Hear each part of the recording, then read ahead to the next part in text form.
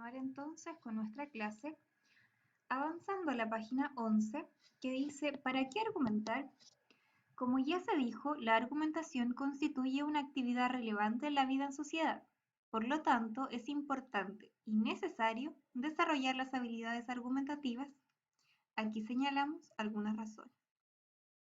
Para exponer nuestras ideas con fundamentos valederos, para comprender los argumentos de otros o reconocer cuándo nos identificamos con los argumentos de otros.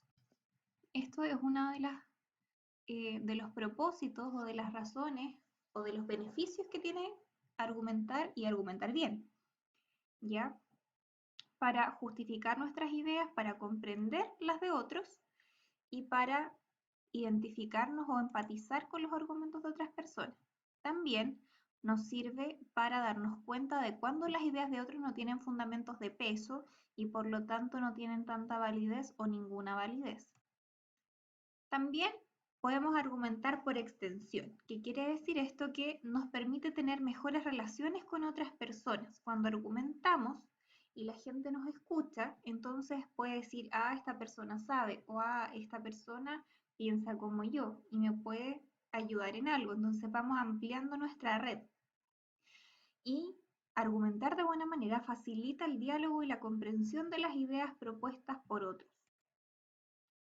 Dice, finalmente, sirve para desarrollar nuestras capacidades lingüísticas y ciertas actitudes de seguridad y confianza entre nosotros mismos. Si yo sé argumentar, entonces cuando a mí me preguntan algo, yo no voy a dudar ni me voy a poner nervioso porque estoy con conocimiento de causa de algo, me voy a sentir segura al momento de plantear mis opiniones y mis argumentos. Por lo tanto, la oratoria y la argumentación nos sirve de bastante.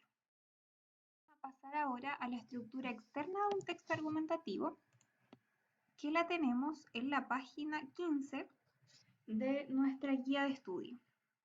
Dice, como se puede apreciar en la destrucción de la capa de ozono, que es este texto que nos muestra la estructura del texto argumentativo y que aparece en nuestra guía de trabajo, con la que vamos a practicar después, dice, el texto argumentativo tiene una estructura parecida a los textos revisados anteriormente, el año pasado, a los textos expositivos. Es decir, introducción, desarrollo y conclusión. En la introducción se plantea el tema y la tesis o idea que sintetiza el pensamiento que sostiene el autor del texto. Entonces, para recordar, el tema es de qué se trata el texto, y en este caso es de la capa de ozono, una ayuda, y la tesis es qué postura con respecto de la capa de ozono se plantea en el texto. Dice, siempre la tesis se plantea como afirmación, porque si yo dudo, ¿cómo voy a convencer a los demás de que piensen como yo? Imposible. Y dice, normalmente el título del texto nos entrega alguna información acerca de la tesis que se postula. Luego dice, en el desarrollo se exponen los argumentos o razones que dan respaldo a la tesis, ¿ya? Y en la conclusión se sintetizan los argumentos expuestos o también se puede reafirmar la tesis presentada o también realizar sugerencias. Normalmente es como una de estas tres opciones y no las tres juntas. Dice acá, en muchas ocasiones, en el desarrollo también se plantean los contraargumentos, pero no siempre porque no todos los textos argumentativos plantean los contraargumentos. ¿Y qué son los contraargumentos? Son los argumentos contrarios a la tesis planteada, pero que el autor utiliza para responder por adelantado a los posibles cuestionamientos de otra persona. Por ejemplo, si tomando en consideración la contingencia actual, algunos, por ejemplo, están a favor de abrir los malls, otros no están a favor de abrir los malls. Entonces, si yo hago un texto argumentativo, un artículo, en donde doy argumentos para no abrir los malls, voy a considerar en mi texto argumentos para sí abrir los malls, respondiendo por adelantado a las personas que piensan lo contrario. Pero yo no les voy a dar la razón a ellos, sino que voy a tomar esos argumentos que yo ya sé que ellos me van a discutir a mí para reafirmar mi postura. ¿Se entiende? Espero que sí. Entonces, todas estas preguntas las vamos a ir resolviendo después cuando leamos la guía de ejercicios. Vamos a pasar a algunos conectores que están acá más adelante y que nos sirven para descubrir algunas cosas del texto argumentativo, porque son los que se ocupan para este tipo de texto. Algunas funciones de los nexos argumentativos, dice.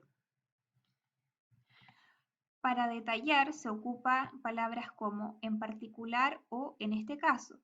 Para demostrar o explicar algo, es decir, o sea, vale la pena decir. Para iniciar un nuevo tema, con respecto a, otro punto es, en relación con. Para concluir, en resumen, para finalizar, a modo de conclusión. Para marcar un orden en el texto, en primer lugar, en segundo lugar, luego, después, además. Para indicar un tiempo, antes, ahora, más adelante, a continuación. O para expresar opiniones, que esto sobre todo están en los textos argumentativos, que dice, a mi modo de ver, a mi parecer, a juicio de muchos, según tal persona.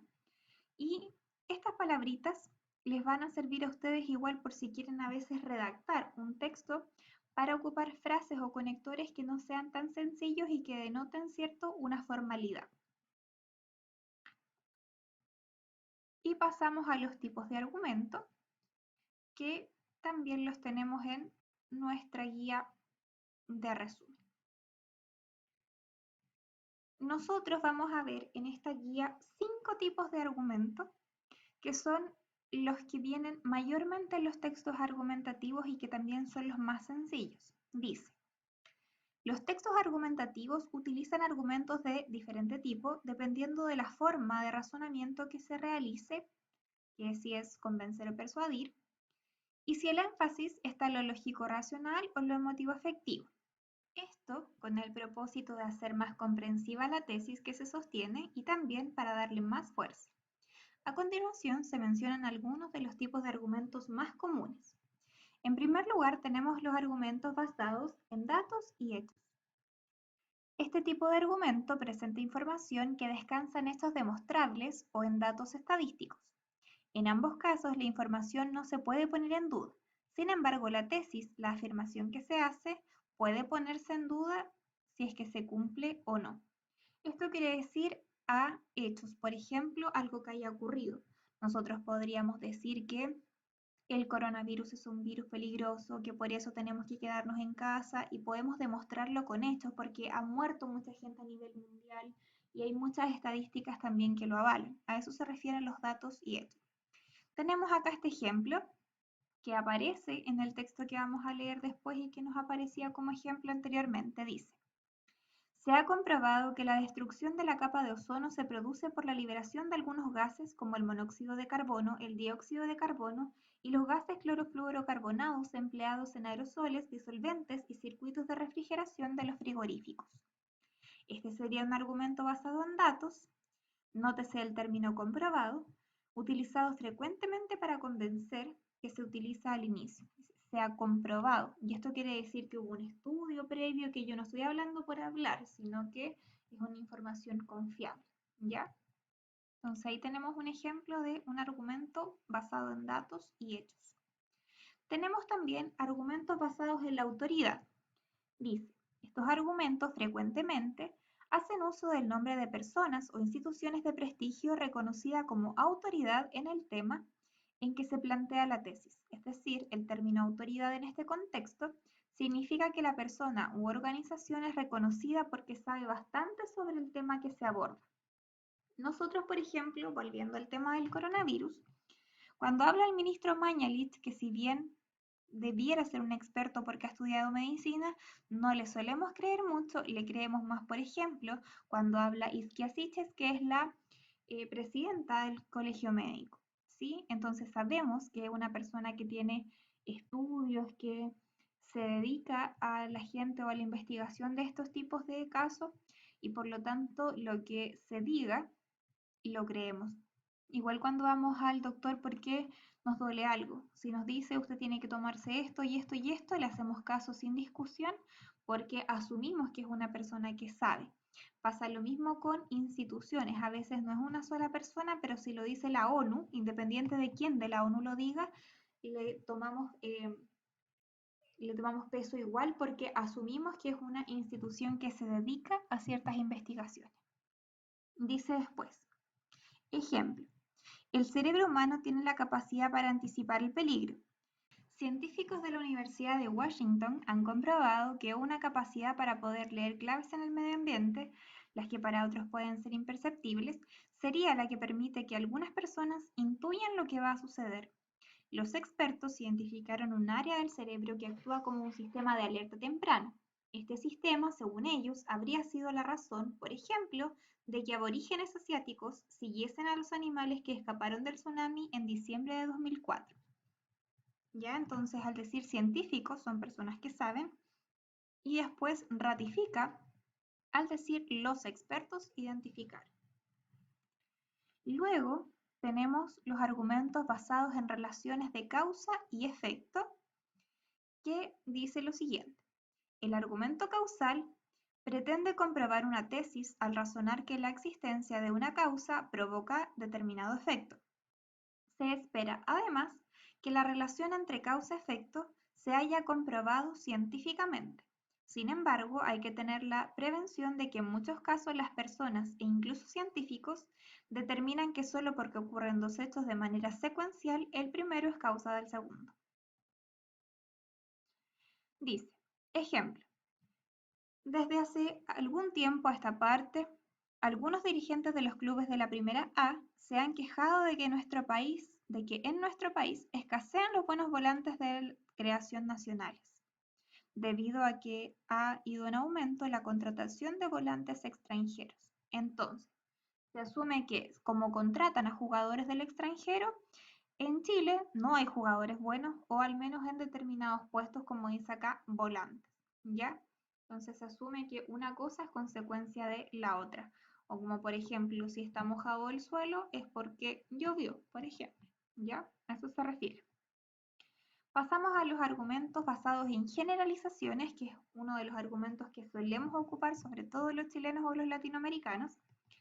Dice, este tipo de argumento se sostiene en que a partir de una serie de situaciones similares y específicas, se concluye en una afirmación general. En este tipo de argumento hay que tener claro que puede haber excepciones y que se habla de la generalidad. Por ejemplo, es bien sabido que los jóvenes tienen una vívida imaginación y son creativos, lo que contrasta con la rigidez del pensamiento de los adultos y ancianos, que es una frase de un texto que también aparece en la guía 1 y que no vamos a revisar por cuestión de tiempo. Pero, por ejemplo, cuando decimos que todos los chilenos son porfiados o que todos los chilenos son ladrones, como tenemos la fama en el extranjero gracias a unos pocos, ¿cierto?, que andan haciendo fechorías por ahí. Entonces, esos son generalizaciones. Finalmente, tenemos los argumentos que apelan a los sentimientos, que van directamente con la intención de persuadir y no de convencer como los anteriores, que dice: en el argumento se utilizan recursos que pretenden conmover al receptor incorporando elementos afectivo-emocionales. ¿Y cómo se conmueve uno cuando se identifica con aquello que está narrando, contando o escuchando de la otra persona? Dice, como bien sabemos, el agua potable es cada vez más escasa en el mundo. Sin embargo, en muchas ocasiones cuando nos bañamos, cuando regamos los jardines y en otras acciones diarias, desperdiciamos grandes cantidades de agua que perfectamente podrían satisfacer las necesidades de familias completas en el continente africano. Y ni siquiera en el continente africano tenemos comunidades como Petrorca, por ejemplo, que la están pasando re mal con el agua. Dice, finalmente, es importante aclarar que en muchas ocasiones varios de estos tipos de argumentos pueden ser utilizados en un mismo texto. Y tenemos acá una actividad que yo también se las dejé en la guía de resumen, donde aparecen 5 fragmentitos y ustedes tienen que identificar cuál pertenece a qué tipo de texto. Vimos solamente 5, basados en datos y hechos, basado en generalizaciones, causas y efectos, autoridad y apelando a los sentimientos. Por lo tanto, es uno para cada uno. Les voy a dar un total de 10 minutos porque no es tarea fácil, ¿ya? Entonces, ustedes tienen que colocar aquí cuál es el tipo de argumento Y acá dice la señal en el texto. ¿Qué los hizo darse cuenta de que era, por ejemplo, un argumento afectivo? Pueden copiarlo acá o pueden subrayarlo o destacarlo en el mismo texto.